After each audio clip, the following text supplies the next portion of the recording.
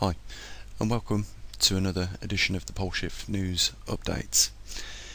Before we go on to discuss the Davos meeting in 2015, which is, some of you may have picked up on the news today with regards to what that is, I'd just like to say thank you to those people that have supported this channel financially, and thank you to those people that have supported it recently as well. I know some of you are having difficulties with the PayPal link for some reason, but it's not understandable, if you get what I mean, when we consider some of the topics I've talked on in previous videos and on my previous channel, and we've seen what has happened with regards to that. I mean, I'm still owed probably in the region of £6,000 now by YouTube for the paid subscribers that are still, surprisingly to me, to this day, subscribing to. There's around about 70 still there on the old channel. And it's not just the struggling to get some financial support to do this work. It's also the hindrance that we get from YouTube itself banning these videos on a global basis. I mean, in some countries people just aren't able to see the information that I put out there with regards to the pole shift, migration and climate. So what inspired today's video was, I was watching the news this morning, and I've never heard of, well, I may have heard of it but not paid too much attention to it, this Davos congregation of very rich and wealthy people that is taking place in Sweden. That's the Davos 2015. So it inspired me to go and have a look at what Davos was getting up to back in 2014, and I'll try and provide the link in the description for you. If not, I'll put it as a comment in the forum below. But what it is basically the World Economic Forum, and it's all about climate, relieving poverty, and economics on a global basis. And what they're trying to say is that economics and climate are going hand in hand. They can affect the economics, for instance, for those farmers out in India that was given help with improved seeds. Now, you will probably think straight away when I say that Monsanto comes to mind, and you're right to do so, because this is what I interpret the truth to be with regards to those genetically modified seeds. First of all, on the basis of these economic forums, they identified through Gore that the climate was warming. So together with industries such as Monsanto, they developed seeds that would prevail more favourably in warmer climates, and this is what they pushed to those Indian farmers. So the Indian farmers had to first of all take out loans to buy these seeds, and when they put them in the ground, they found that it wasn't just they was having a battle with warmer climates, that was having a battle with drier climates, and in some cases colder climates as well. So the seed that was specifically designed to withstand more hotter temperatures failed through the seed experiencing colder temperatures, drier soils and so forth. So the farmer then would approach, I suppose, Monsanto again for the next year's crop, having to now probably remortgage the land he owns to afford to buy these improved seeds, and the same thing would happen again, because climate is shifting from hot to cold, and we're getting droughts in places that never experienced droughts, and we're getting floods that are in areas that have never experienced floods before. So in my view, I mean, this obviously led to mass suicides of farmers in these eastern countries, and I mean, it was a result of losing the land, not being able to repay back the loans that they'd taken out in the first place to purchase these seeds and these pesticides, herbicides and things like that would protect that crop, that was bespoke made for that crop. So inevitably they committed suicide. Now, it's not just that. You see, in my view, if these farmers had been encouraged to use the natural crops that over millions of years have naturally evolved to withstand both hot and cold and dry and damp environments, if they'd have been encouraged to use those seeds, this problem would never have occurred in the first place. After all, these farmers was farming with original seeds in the first place. Now it's got to the point with just this one incident with Monsanto and other seed manufacturers and genetically modifying laboratories, it's got to the point where the original seeds have become scarce, and that's why over in Iceland we had the seed vault erected, and scientists were sent on a hunt to hunt down, those rare chickpea seeds that was, commonly used. Now the thing is, they're in small numbers, these seeds,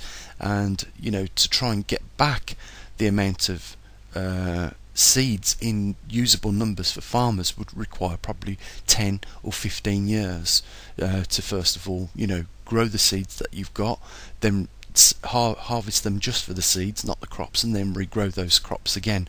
Over a season, you could only increase that seed yield by a certain amount.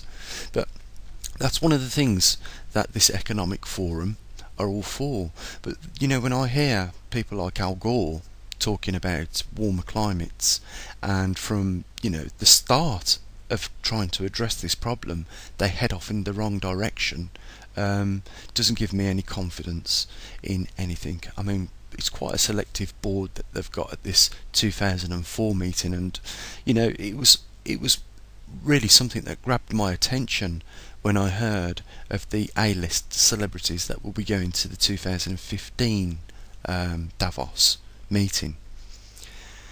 Because what first comes to my mind is why all of a sudden are the world's elite flocking to one place. It brings or conjures up images of 2012 video where they're all going to those ships where they're going to be saved, and everyone else in the world's going to perish.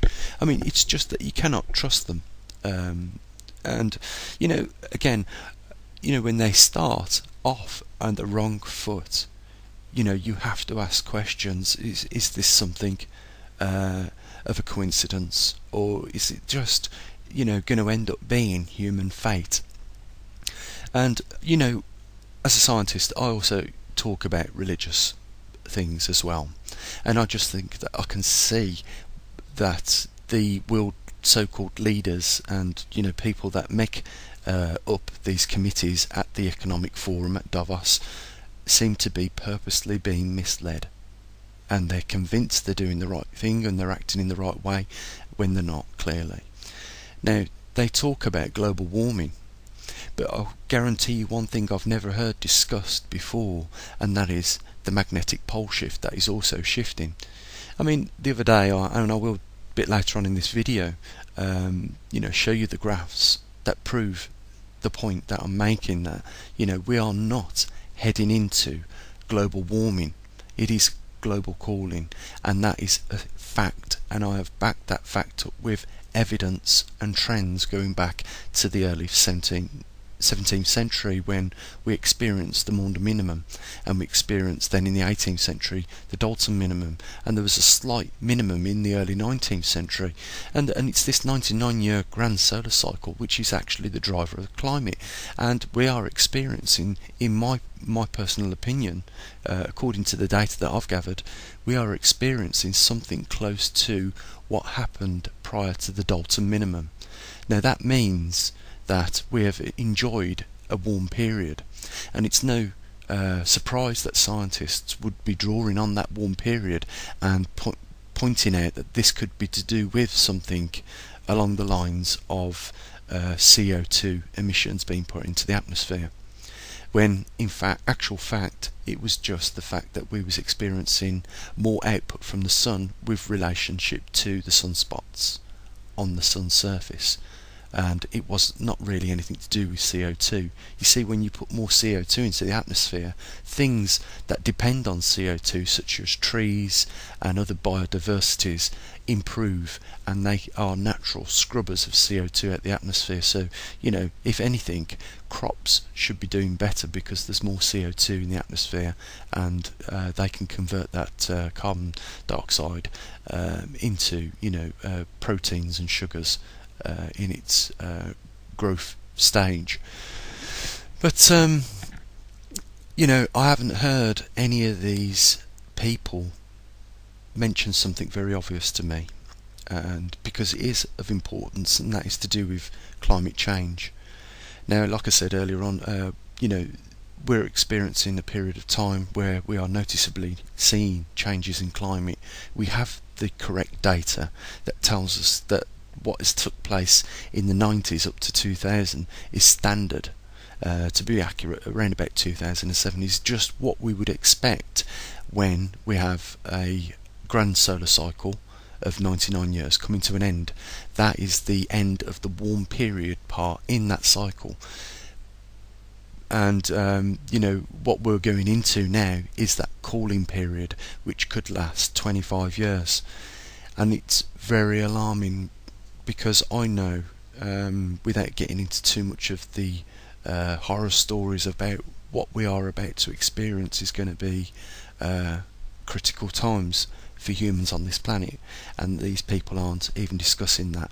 Not only are we going through a natural phase of solar activity, which predicts a cooler climate for the next 25 years, but we are also in a magnetic shift.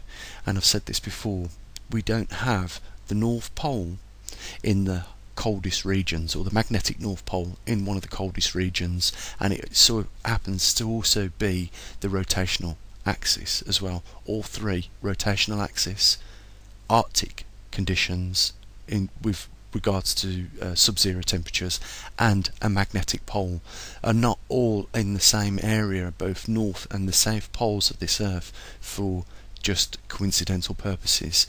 If one moves, then I would predict that the others would in suit follow.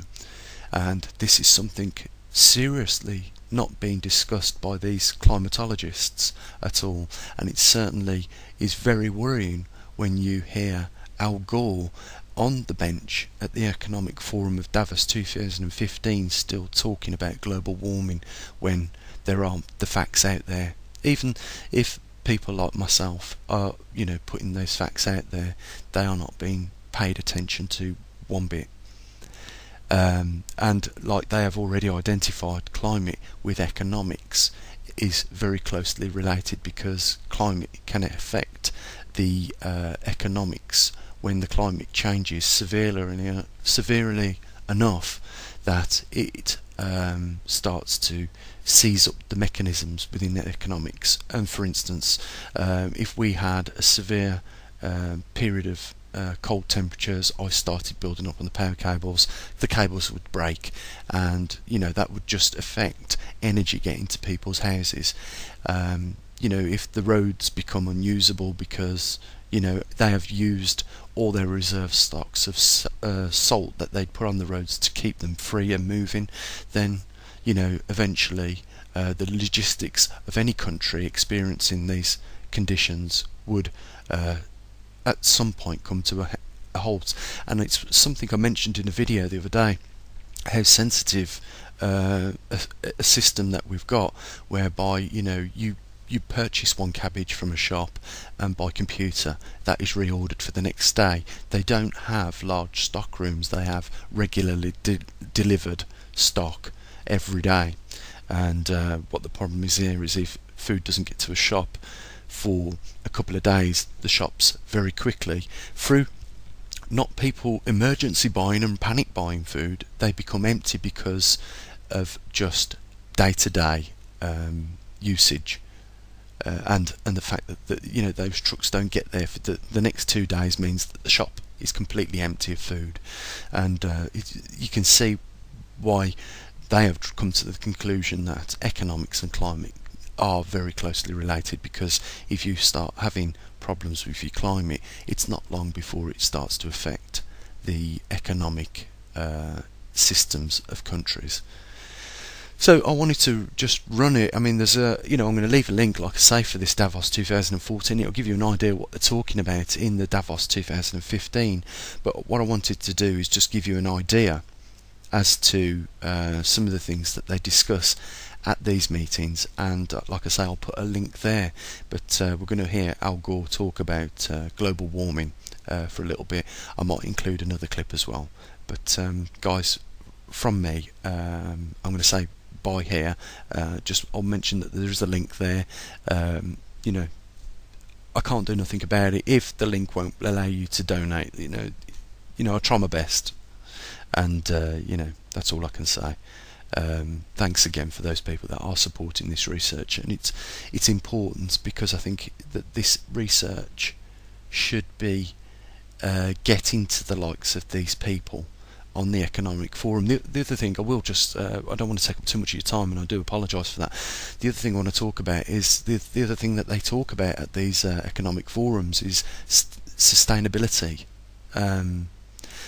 We're so far away from sustainability, it's almost a joke.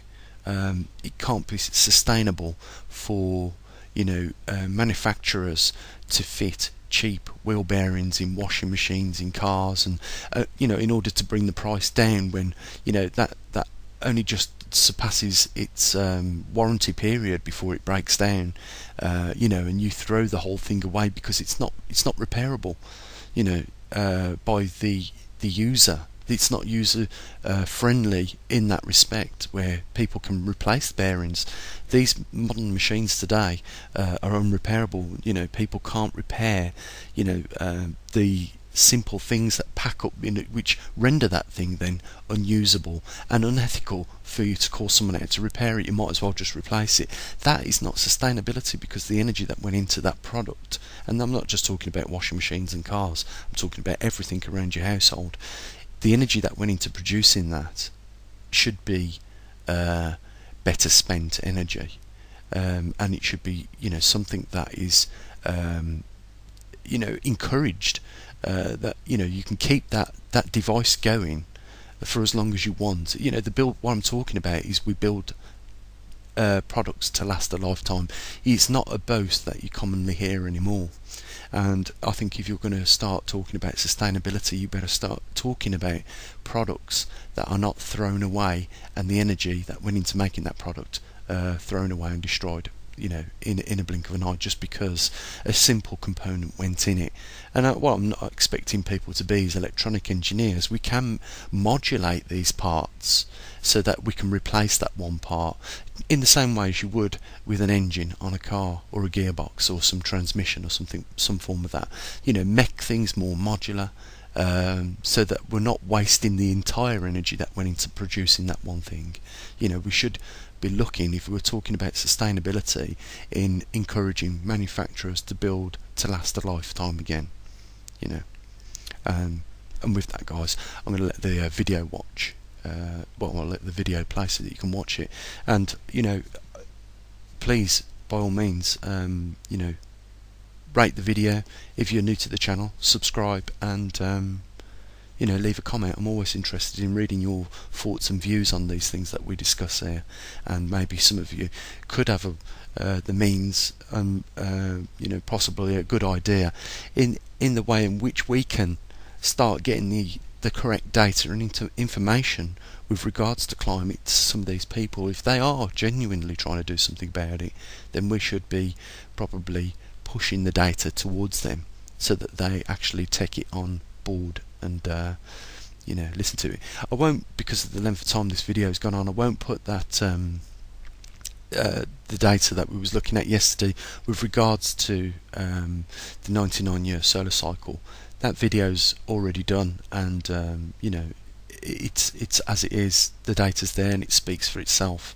So if you want to have a look after you've watched this video back at that data, and then just ask yourself the question, are they actually talking about something that they know is happening, or maybe they're just speculating that it's happening? So let's run that video then.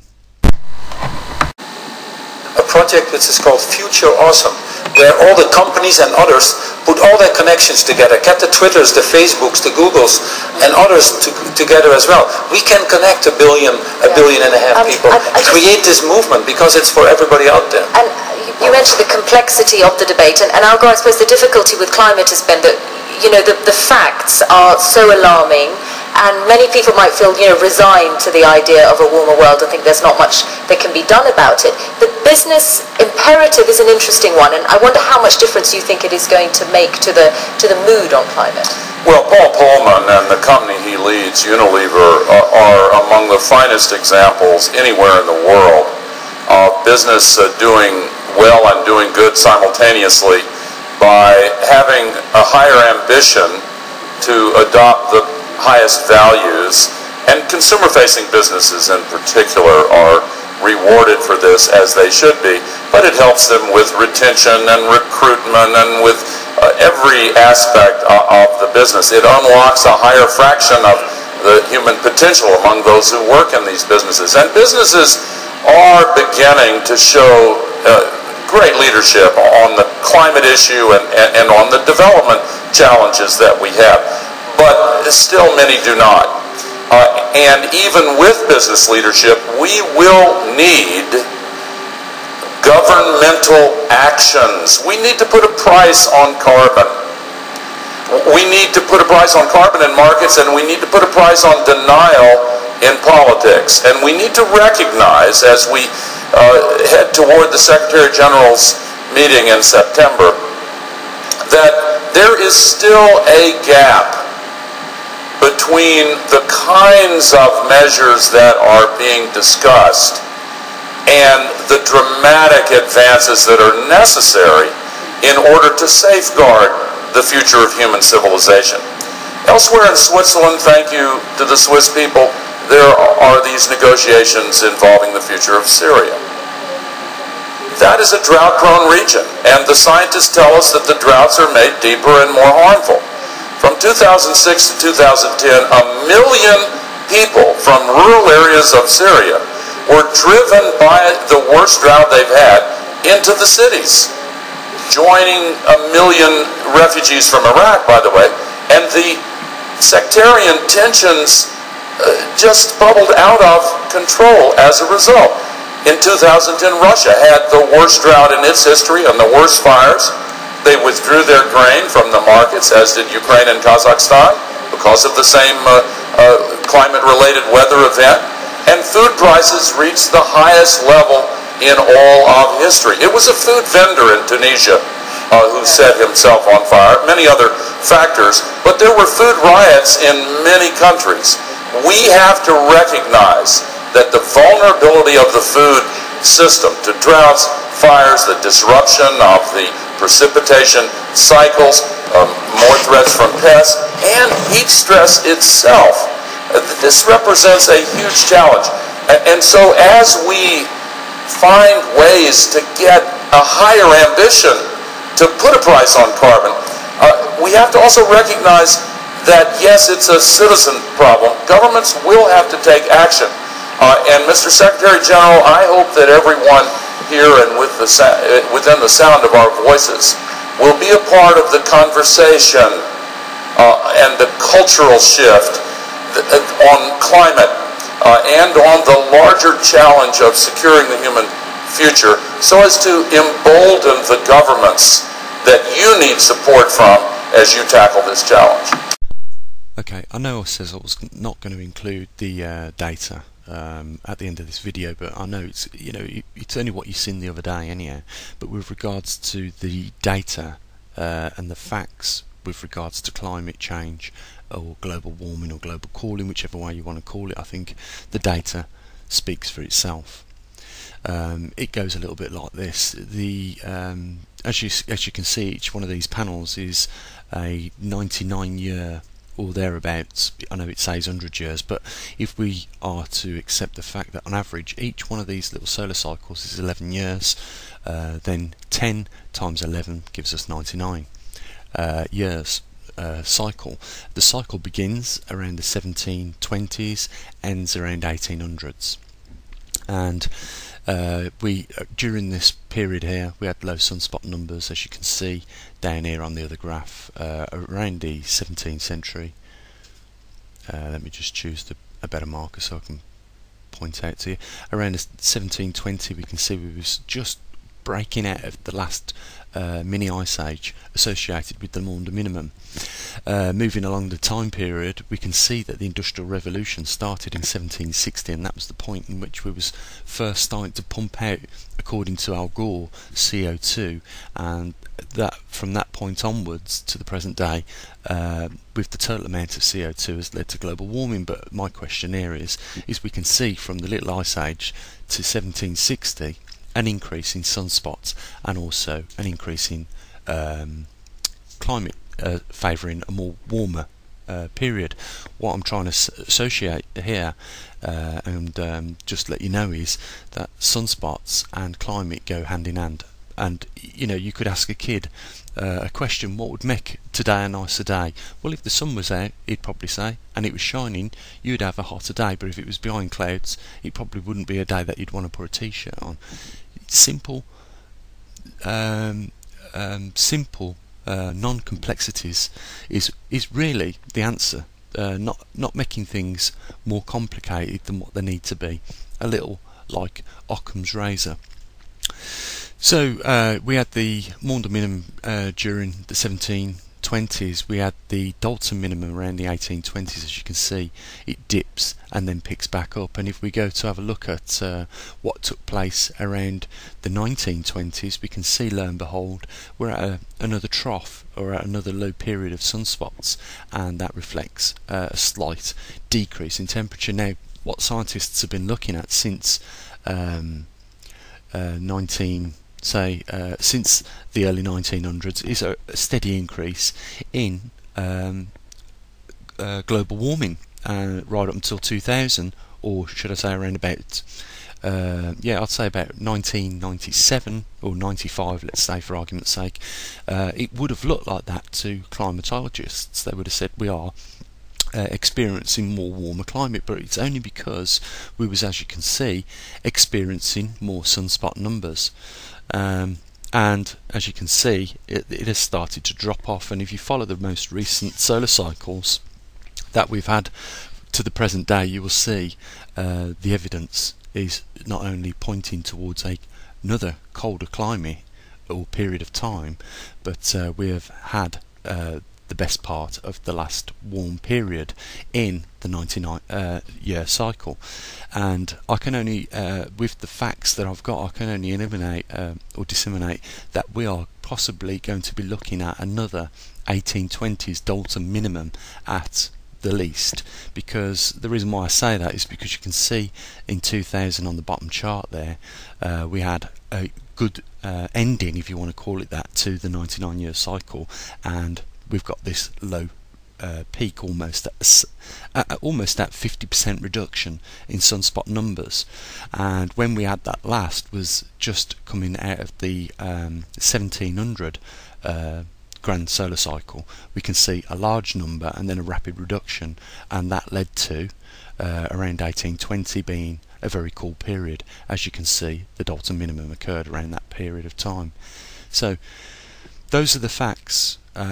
We've got the data. We can associate, this modern period of sunspot activity and climate with that, because it looks very similar to the 1700s grand solar cycle.